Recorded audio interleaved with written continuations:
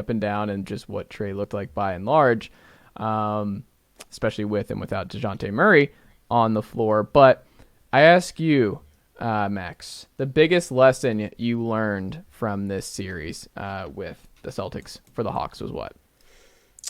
I think I have a lot more faith in the Quin Snyder led Hawks after this series than before. I think with either of the last two coaches, this is a sweep quickly. And I think the adjustments he made, I think at least brought some fight back. Like just sort of like we got to win this math equation. We're going to shoot a bunch of threes. I think freed up a lot of what the offense became. I don't feel that differently about Trae than I did before this series, one way or the other. I did think it was an interesting comment Trae made in the press conference about, Quin's the future. He's gonna bring a title here. Like I think there is real buy-in there, which, I mean, we've been begging someone to get real buy-in from Trae, right, since his career began. So if that's the case, then that's a great takeaway.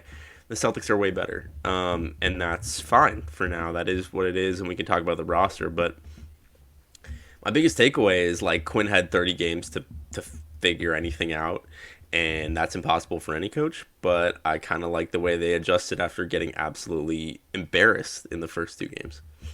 Yeah. What about you, Garrett? Yeah, I mean, no one can figure anything out in 30 games. I mean, if you're starting at the beginning of the season, we're in December right now.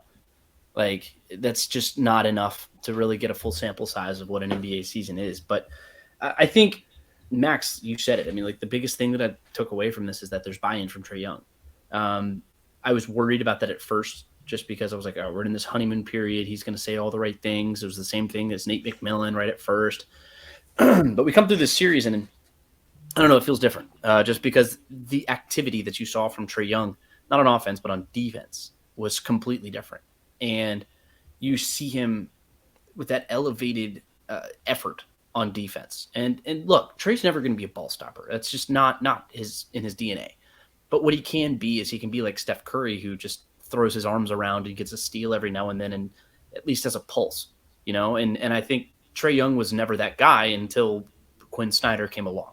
And I think the comments that Max mentioned, I think I see the buy-in from Trae Young. He's saying the right things, and I see those things. And then you have Rayford Young, who's like his dad, coming out and making those comments too.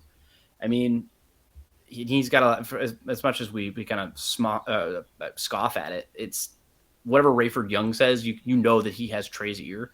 So it means to me that he's bought in, and that's a good thing for Trae because he has never had that, or at least we've never had that from Trae. And look, they were always going to lose this series. This is just, they were completely overmatched. But what we didn't see is what we saw in games 1 and 2. It's not what we saw when this team went down to Miami and played in the first round last year, where it was just like a broken basketball team. The Atlanta Hawks had a chance to win on Sunday. They won against all odds 3 days ago, and then they should have won probably last night. That they had no reason to be in those basketball games. Like, the better team was Boston. And then you saw Boston actually put their foot on the gas pedal. I think they kind of took their foot off the other day in Game 5, and that's why the Hawks were able to come back and do what they did. But last game, Game 6, they had their foot on the pedal the entire game, and the Hawks kept pace. And if Nate McMillan is the head coach, there's no way that we see that, especially from Trae. And I think in the second half, I think it's just tired legs more than anything. He played 44 minutes in Game 5. He was doing everything in that second half. And I think he just got tired, and that happens in a playoff series. But look, we have the buy-in from Trae. I think this summer is going to be very telling. I don't know what moves they make. I don't know what moves they can make unless you extend DeJounte Murray or something and free up some space in some other way. I really don't know because Bogey's going to be on this team. Saddiq Bey is going to be on this team. You have Jalen Johnson. I hope Onyeka Okongwu is extended, but look, rank these guys in order of most likely to least likely to be on the Hawks next year. John Collins, Clint Capella, and DeAndre Hunter. Clint Capella 1, most likely. 2, DeAndre. 3, Collins. Yeah, I think I'd flip 1 and 2. I think Okay. I think DeAndre is most likely. They just extended him. And I mean, Trae doesn't even look at Capella and finds him on dunks. Like, I don't know when the last time he Those thrown an no oop to Capella and has had I to think- look at him. I think like, this they're series- just, they're simpatico. Like, they're but tied at the I think this series made it very clear to Quin, like, Onyeka's already better than Capella. Like, Onyeka's ready. Well, and Yeka Move is- Onyeka? I can No, see Onyeka and not being Yeko part of the Kongwu long-term was- plans. Clint is not. This was not the series that Clint Capella was going to be an impact player, just because Yeah. of the positionless type of basketball that the Celtics play at center. Yeah. And Onyeka is far better suited to guard a guy like that, and I think that's the number one reason why we saw that. But the think about the relationship with teams Trae- you got to go through in the East. Like, Yeah, well, now it's like you. I mean, have to Milwaukee's have the an Onyeka. same way.